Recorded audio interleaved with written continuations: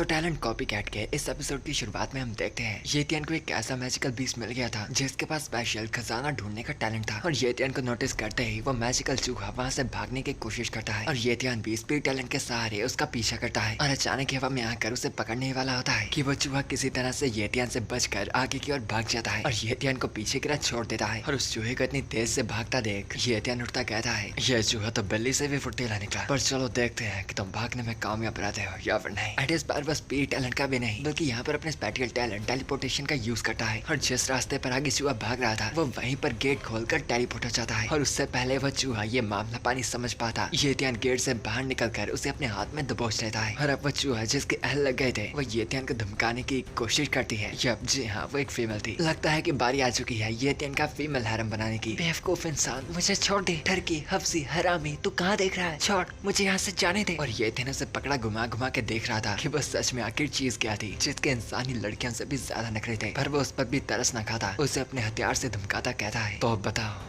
तुम मेरे हंटर काम करोगे या फिर यहाँ पर तुम्हारा भी मीट कबाब बना दिया जाए। और वह चूही भी समझ जाती है कि उसके सामने साइको खड़ा था और वो उसे ना मारने को कहती है और बताती है कि वो उसके अंदर काम करने को तैयार है। जिस रिप्लाई से खुश होकर येतियन उसके साथ लाइट ऑफ सोल का कॉन्ट्रैक्ट रखता है जिससे वो चूही अब उसके अंडर ही होगी। एंड फिर उसे जमीन पर छोड़ता येतियन उसे कहता है मुझे तुम्हारे अंदर से पर्पल पैटर्न्स महसूस हुए, तो क्या ख्याल है आज से मैं तुम्हें शाओजी बुलाऊंगा, जो नाम शाओजी को भी काफी पसंद आता है। एंड येतियन ने उसे इसीलिए रखा था कि इस पर्पल को ट्रेजर रैट के पास ट्रेजर हंटिंग का टॉप टायर टैलेंट था जो कि अब येतियन के लिए सबसे ज्यादा जरूरी था। और वह युएलिंग की बात याद करता है कि युएलिंग ने बताया था कि इस सीक्रेट रैम के अंदर सबसे ज्यादा कीमती चीज थी वो थी ची स्टोन वेन जिसके पीछे यून फैमिली भी लग रखी थी। एंड येतियन भी इतना जानता था कि यून फैमिली काफी ताकतवर थी और ची स्टोन वेन को ढूंढना भी काफी टफ काम था, पर क्योंकि अब उसके पास खजाना ढूंढने के लिए एक रैट था तो वह भी उस ट्रेजर को ढूंढना ट्राई करना चाहता था। और येतियन उससे प्यार से पूछता है शाओजी क्या तुम जानते हो कि ये ची स्टोन वेन इस सीक्रेट रैम के अंदर कहाँ होगा? जिस पर शाओजी प्राउडली बताती है कि बेशक वो जानती है कि वो कहाँ पर है और येतियन को बताती है कि उसके पास टॉप टायर का ट्रेजर हंटिंग टैलेंट है एंड वो साफ साफ ही ची स्टोन वेन की लोकेशन ढूंढ सकती थी। जिस पर खुश होता येतियन उसकी तारीफ करता है शाओजी तुम तो कमाल की हो, मुझे वहाँ पर ले चलो। और अपने नए मास्टर की कमांड पर हाँ कर वो इस बात से मान जाती है और येतियन उसे अपने कंधे पर बिठा लेता है और पहले ही युएलिंग से माफी मांग लेता है। मुझे माफ करना युएलिंग, तुमने मुझे बताया तो था कि यून फैमिली से पंगे मत लेना, पर लगता है कि ये चीज नामुमकिन हो चुकी है क्योंकि अब मैं शेर के पंचों से उसका शिकार छीनने वाला हूँ। यानी वो ट्रेजर को यून फैमिली से छीनने की बात कर रहा था और फिर अपने स्पीड टैलेंट को एक्टिवेट कर वो अपनी मंजिल की तरफ बढ़ने लगता है। और चलते चलते शाओजी उसे बताती है कि ची स्टोन वेन उनके नजदीक ही थी, पर वो उसके साथ ही कुछ इंसानों की स्मेल को भी सूंघ सकती थी। तो ऐसा हो सकता था कि किसी ने उस ट्रेजर पर पहले ही अपना कब्जा कर लिया था। जो सुनकर येतियन स्पेशल टैलेंट के स्पेशल परसेप्शन का इस्तेमाल करता है जिस टैलेंट के सहारे वो देख पाता है कि उनकी मंजिल की और काफी सारी लाशें पड़ रखी थी, यानी वहाँ पर फिलहाल में ही बहुत ही बड़ी जंग हुई थी। और फिर वो स्पेशल टैलेंट से टेलीपोर्ट होकर सीधा ही उस जगह पर जाने की सोचता है और फिर टेलीपोर्ट होकर वो एक माउंटेन एरिया पर पहुंच जाता है। पर एपिसोड में आगे बढ़ने से पहले मैं आपको बताना चाहूंगा मैंने हाल ही में एक नई आई गई स्कैवेंजर कॉमिक को एक्सप्लेन किया था जिसके नए नए एपिसोड साथ में रिलीज हो रहे हैं जिन्हें मैं साथ ही साथ में एक्सप्लेन भी करूंगा। और उसका पहला एपिसोड पौने घंटे के आसपास का है जिससे आप बोर बिल्कुल नहीं होंगे और साथ ही साथ उसकी स्टोरी और मेन कैरेक्टर जिन्वो और येतियन से काफी ज्यादा सिमिलर है। उसकी एबिलिटी थोड़ी जिन्वो की तरह है पर वो लोगों के टैलेंट तक भी कॉपी कर सकता है, यानी हाँ वो मेन कैरेक्टर इन दोनों का ही मिश्रण है। और उस कॉमिक की आर्ट और स्टोरी दोनों ही बहुत अच्छी है, तो आप डिसअपॉइंट बिल्कुल नहीं होंगे। उसका लिंक आपको डिस्क्रिप्शन और पिन कमेंट पर मिल जाएगा और साथ ही मेरे दूसरे चैनल पर की गई एक और अच्छी कॉमिक का, तो इस वीडियो के बाद उन्हें जरूर देखना। Well let's continue.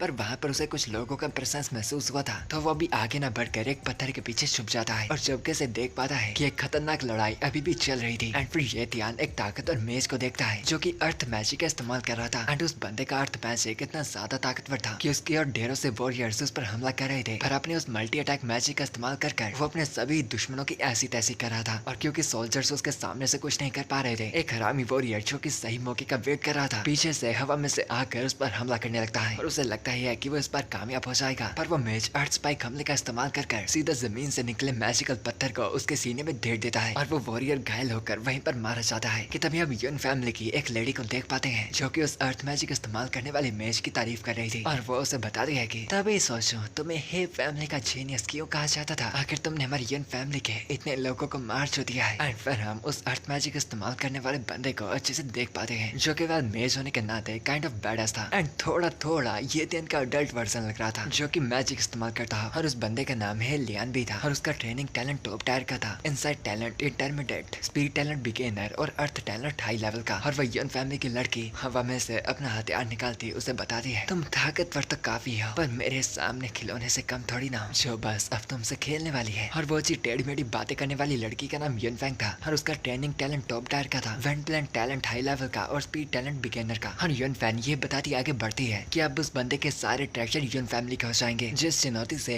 लियान भी पीछे नहीं हटता और अपने अर्थ एलिमेंट का इस्तेमाल कर वो अपने सामने की जमीन को मोड़ कर उस पर एक बहुत ही ताकतवर हमला करता है। पर हैरानी की बात थी कि वो अर्थ मैजिक के बने हीरे जितने मजबूत हमले भी यन फैंग के स्लैशी से टूट रहे थे। जो देख लियान भी सोचता है इस लड़के ने वेंट टैलेंट का इस्तेमाल कर अपने वेपन के साथ लगातार छोड़कर मेरे इस मजबूत हमले को तोड़ दिया। और फिर एकदम ही लियान भी के सामने आकर वो उसे एक बहुत ही जोर की लात दे मारती है जिससे लियान भी बहुत ही दूर जाकर टकराता है। पर यहाँ पर भी खेल खत्म नहीं हुआ था और वो फटाफट उठकर अर्थ एलिमेंट के एक क्रम्बलिंग रॉक हमले का इस्तेमाल करता है और यन फैंग पीछे नोटिस करती है अर्थ मैजिक स्मेल को कास्ट होते हुए और उस मैजिकल चांट के आसपास हर जगह पत्थर इकट्ठे होकर यन फैंग पर तेजी से हमला करने लगते हैं। पर वो बावली लड़की उन हर एक हमलों को आसानी से रोक रही थी, ये बताकर कि यह तो बच्चों का खेल था। पर लियान भी यहाँ पर अपने बहुत ही ताकतवर हमले को तैयार कर लेता है जो कि वह सिर्फ अपनी खतरनाक लड़ाइयों में ही इस्तेमाल करता था। और यन फैंग हवा में देखती है एक मेटोराइट जैसा पत्थर बहुत ही तेजी से उसकी तरफ ही बढ़ा था जो देख वो सोचती है कमाल है, ये एक टॉप टायर की अर्थ एलिमेंट स्किल है। अब समझे कि इसे जीनियस क्यों कहा जाता है। पर वो पूरा फोकस अपने स्पीड टैलेंट पर कर